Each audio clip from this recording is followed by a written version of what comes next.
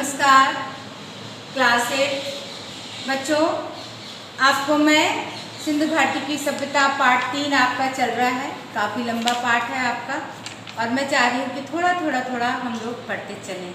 अब मैं चाहूँगी सब बच्चे थोड़ा ज़रूर पढ़ें। अगर मेरे वीडियो में रीडिंग जैसी लगती तो आप खुद भी रीडिंग करें और खुद पढ़ें। तो अभी मैं चल रही थी उपनिषद के बाद व्यक्तिवादी दर्शन के लाभ और हानियाँ। तो भौतिकवाद में यही चीज बताएगी कि पंचभूत निर्मित यह संसार ही सत्य है। भौतिकवाद में सबसे मेन पॉइंट यही था कि पंचभूत 5 तत्वों से मिलकर बना यह संसार ही सत्य है। यह सिद्धांत प्रतिपादित करने वाला मत है।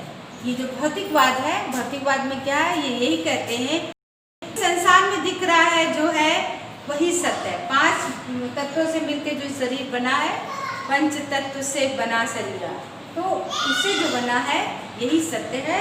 और यही सिद्धांत इस मत में आपको बताया गया है। ये मत इनका है कि यही सत्य है, जो है वही सत्य है। ठीक है, अब हम आगे बढ़ने से पहले फिर महाकाव्य, इतिहास, परंपरा और मिथक का मतलब क्या होता है अभी थोड़ा सा बता देती हूँ आपको, और उसके बाद आपको ये बताऊंगी। व्यक्तिवादी दर्शन के लाभ और कहानियाँ मैंने पढ़ा दी थी आपको, भौतिकवाद भी बता दिया था।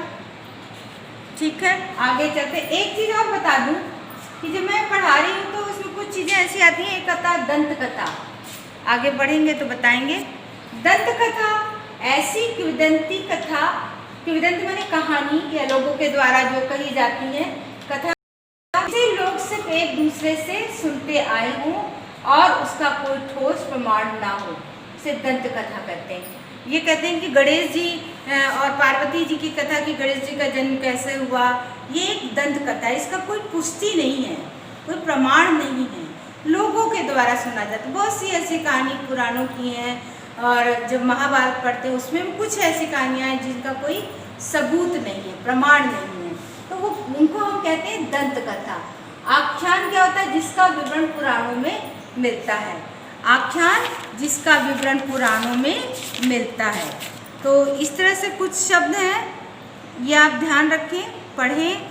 और मैं इसमें भी देख रही थी कि शायद शब्दार्थ में तो और नहीं है, जो आपको नहीं है वो मुझसे पूछ सकते हैं। ठीक है, आगे बढ़ते हैं फिर बच्चों।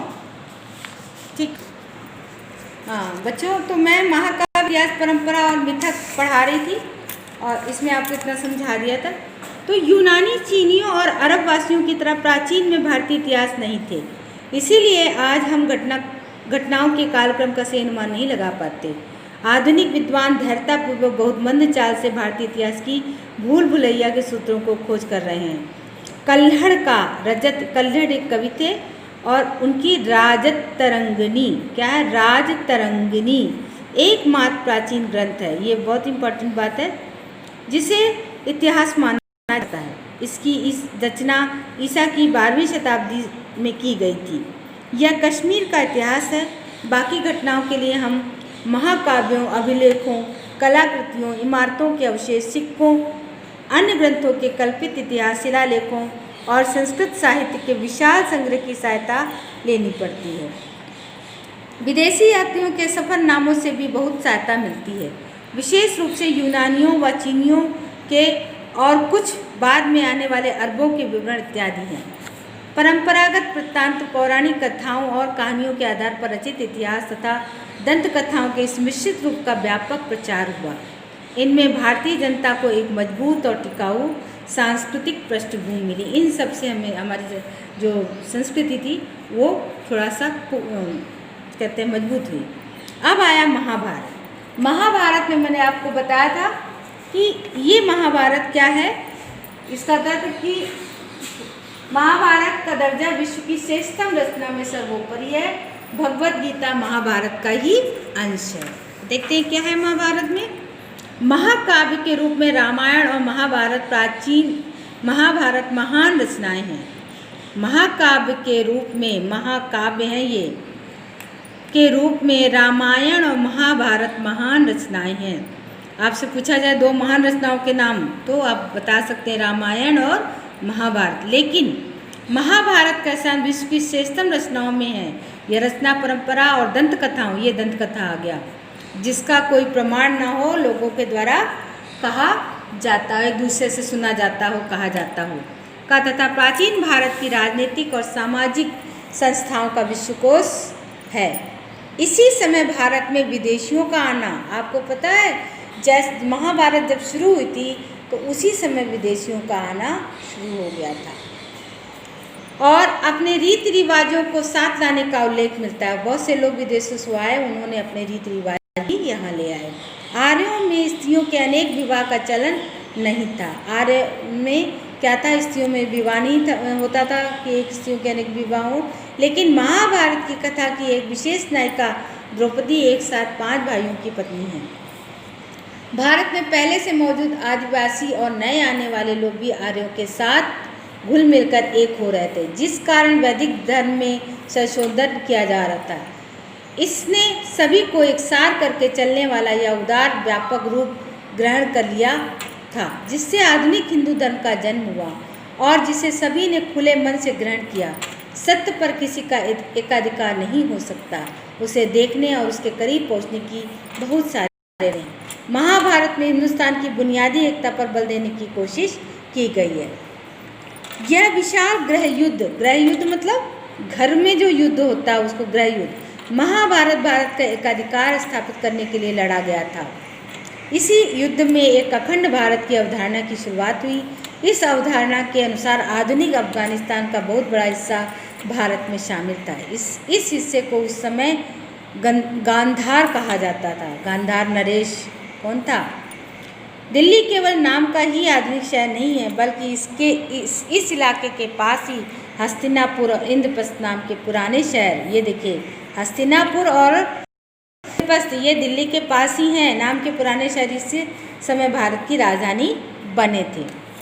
हस्तिनापुर महाभारत में कृष्ण से संबंधित भगवान कृष्ण से संबंधित आख्यान भी। आख्यान का मतलब होता है जिसका विवरण पुराणों में मिलता हो, जो कहानियाँ हों, जो बातें हों, वो पुराणों में मिलता हो। संबंध आख्यान भी हैं और प्रसिद्ध काव्य भगवत गीता का वर्णन भी है। भगवत गीता क्या है ये भी देखिए। गीता में दर्शन, शासन कला और विशेष रूप से जीवन के नैतिक तथा आचार संबंधी सिद्धांतों पर बल दिया गया। धर्म स्वयं सापेक्ष है और सत्यनिष्ठा है। अहिंसा आदि जैसे कुछ बुनियादी सिद्धांतों को छोड़कर खुद समय तथा मौजूदा परिस्थितियों पर निर्भर करता है तथा साथ ही यह समय के साथ बदलता रहता है। इस पूरे महाकाव्य का केंद्र एक विशाल युद्ध है। महाभारत एक ऐसा समृद्ध भंडार है जिसमें अनेक अनमोल चीज़ें ढूंढी जा सकती हैं। महाभारत से मिलने वाली शिक्षा को एक वाक्य में इस रूप में सूत्रबद्ध किया गया है: दूसरों के साथ ऐसा व्यवहार मत करो जो तुम्हें स्वयं अपने लिए स्वीकार ना हो। ये देखिए बहुत ही सुंदर लाइन है, महाभारत में कही गई है। इसमें लोक मंगल का पर बल दिया गया है। महाभारत में यह भी कहा गया कि जो बात लोक कल्याण में नहीं है या जिसे करते हुए तुम्हें शर्म आए उसे कभी नहीं करना चाहिए। साथ ही यह भी माना गया है कि सच्चाई, आत्मसंयम, तपस्या, उदारता, अहिंसा, धर्म का निरंतर पालन करने से सफलता मिलती है। धर्म जीवन और अमरता से बड़ा है। सच्चे आनंद के लिए भोगना आवश्यक है। वही धन के पीछे भागने वालों पर व्यंग किया गया है। क्या? जो धन के ही पीछे रहते हैं। रेशम का कीड़ा अपने धन के बोझ से ही मर जाता है। रेशम का कीड़ा कहते हैं खुद ही बिनता है और खुद ही उसी में मर जाता है। साथ ही अंत में विकासशील जनता के लिए असंतोष का प्रेरक कहा गया। अभी आपने महाभारत पढ़ा था, महाभारत में नाम आया था भगवत गीता का, भगवत गीता का वर्णन। तो अब जो है भगवत गीता का वर्णन यहाँ पे देखिए, भगवत गीता का अलग से बताया गया। ये महाभारत का ही ग्रंथ है। भगवत गीता महाभारत का ही एक हिस्सा है, परंतु उसकी अपनी एक अलग पहचान और आप में पूर्ण है। इस काव्य संग्रह में 700 श्लोक है। भगवत गीता में कितने श्लोक है? 700। इसकी रचना बौद्ध काल से पूर्व हुई है। तब से आज तक इसकी लोकप्रियता बनी हुई है। विचार और दर्शन का हर संप्रदाय इसे श्रद्धा से देखता है तथा अपने ढंग से इसकी चर्चा करता है। संकट के समय या कर्तव्य के बारे में उसके मन में जब अंतर्द्वंद होता है तो ज्ञान के लिए वह गीता से प्रकाश और मार्गदर्शन कहते हैं। गीता में जब अंतर्द्वंद चलता, अपने मन में द्वंद्व चल रहा है, मन में लड़ाई चल रही, क्या सही है क्या गलत है, हमें ये करना चाहिए कि नहीं करना चाहिए, तो हम वो सब चीज़ें मार्गदर्शन जब लेते हैं तो हम गीता काव्य से ग्रंथ से लेते हैं। आधुनिक युग के विचार और क्रमक्षेत्र के नेताओं जैसे तिलक, अरविंद घोष, गांधी सभी ने इसकी अपने तरीके से व्याख्या की है। गांधी जी ने इसे अहिंसा में अपने दृढ़ विश्वास का आधार बनाया है। तो बच्चों ये भगवत गीता है और महाभारत थोड़ा सा स्पेशल है, इसकी एक एक लाइन मन में बिठा लीजिए, बहुत सुंदर चीज़ है, इसीलिए मैं इसको खुद पढ़ रही हूँ और आपको समझा रही हूँ। ये 2 मिनट में ख़त्म हो जाता, लेकिन मैं चाहती हूँ कि आप लोग थोड़ा साथ में रीडिंग करें और एक एक चीज़ को समझने का प्रयास करें। तो आगे भगवत गीता के बारे में थोड़ा सा जाना है, आगे हम जानेंगे भगवत गीता में और क्या क्या है। ठीक है, ओके बच्चों, नमस्कार बच्चों।